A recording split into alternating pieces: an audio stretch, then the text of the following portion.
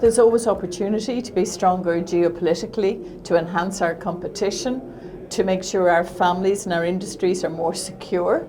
But it's a very challenging time geopolitically with the war in Ukraine and of course with the Middle Eastern war as well. The main challenge will be naturally the war in Ukraine and all the consequences that this war has.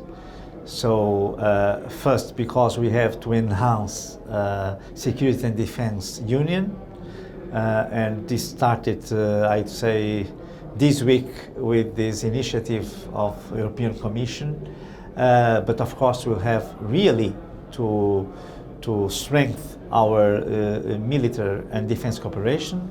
Then the enlargement issue that will be at stake also, with some institutional and financial reforms in EU, and also with a plan for Ukraine. And I'd say these two are very important. Then you have naturally growth, digital transition, environmental transition, ecological transition. So these are the challenges that we had before. But I would say that the defense and security union by one hand and the enlargement by the other are the new challenges that we have to face. We are a community of values, and we have a fantastic regulation on the green transition and on digital. We are the first of the world to have the AI Act. Now we are finalizing the AI factories that give the ecosystem of artificial intelligence. So we need to build on that to have a new wave of economic growth. So that is very important, that we focus in the next few years in economic growth like a green digital industrial deal. So we really need to focus on industry, a modern industry, so important for Europe. The challenge, peace.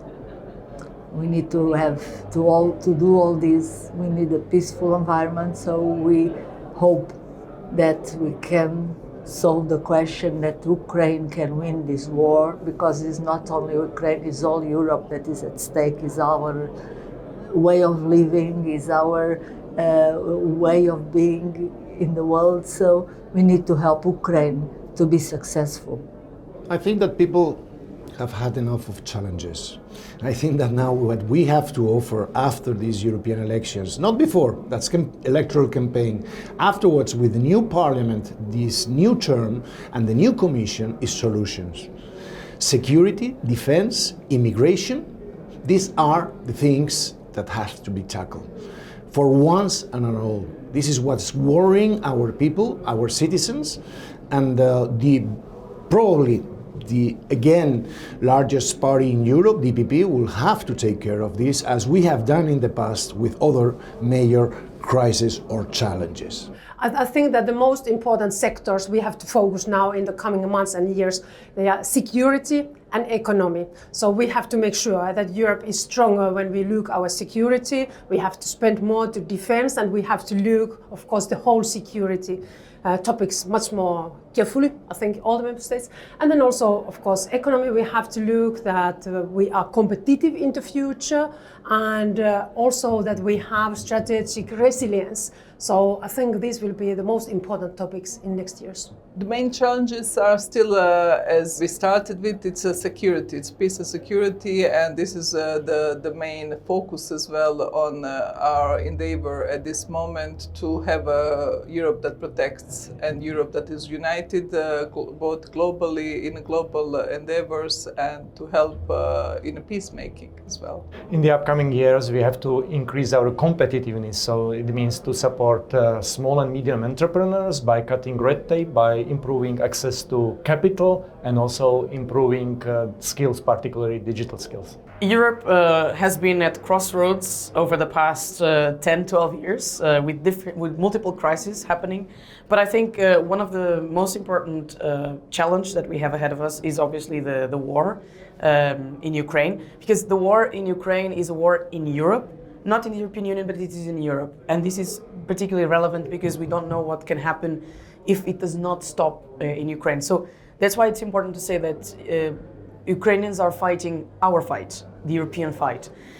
So this is a challenge. But in terms of the way forward for the next Commission, I believe that one of the opportunities that we have ahead of us is obviously combining or structuring more support for a mechanism for defense. We have to talk about that. It's not a very consensual topic, but it is important. Defense is important, is going to be even more important. Cybersecurity is important.